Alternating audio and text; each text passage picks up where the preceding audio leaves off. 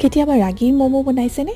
আজি বনাই আমাৰ অকণমানি কেইটাক খুৱাওঁ বলক। 100 গ্ৰাম পনীৰ আৰু এটা কৰ্ণ ভালদৰে গ্ৰেট কৰি ল'লোঁ। তাত দিছোঁ 3 চামুচ চীজ, জোখমতে নিমখ আৰু ব্লেক পেপাৰ দি গোটেইখিনি সামগ্ৰী ভালদৰে মিক্স কৰি ল'ম। নেক্সট ষ্টেপটোলৈ যাওঁ বলক। এটা পেনত পানী গৰম হ'ব দিছোঁ। তাত এড কৰিছোঁ মই 2 কাপ ৰাগী ফ্লাৱাৰ। ভালদৰে মিক্স কৰি অলপ সময় সিজাই ল'ম। এতিয়া এখন ডাঙৰ প্লেটত উলিয়াই ঠাণ্ডা হ'বলৈ দিছোঁ আৰু অলপমান ঘি ইউজ কৰি এটা ডো ৰেডি কৰি ল'লোঁ। ডোটো অলপ সময় ৰেষ্টত ৰাখি সৰু সৰুকৈ বেলি যাম। ডোটো ৰেডি কৰোঁতে তাত অলপমান নিমখ ব্যৱহাৰ কৰিব। মই ৰেকৰ্ডিং কৰিবলৈ পাহৰিলোঁ। ম'মৰ কাৰণে কিমানটো চাইজত বেলিব লাগে সকলোৱে জানিবই। এণ্ড নাও আই এম শ্বোয়িং the most easiest way to make momo'.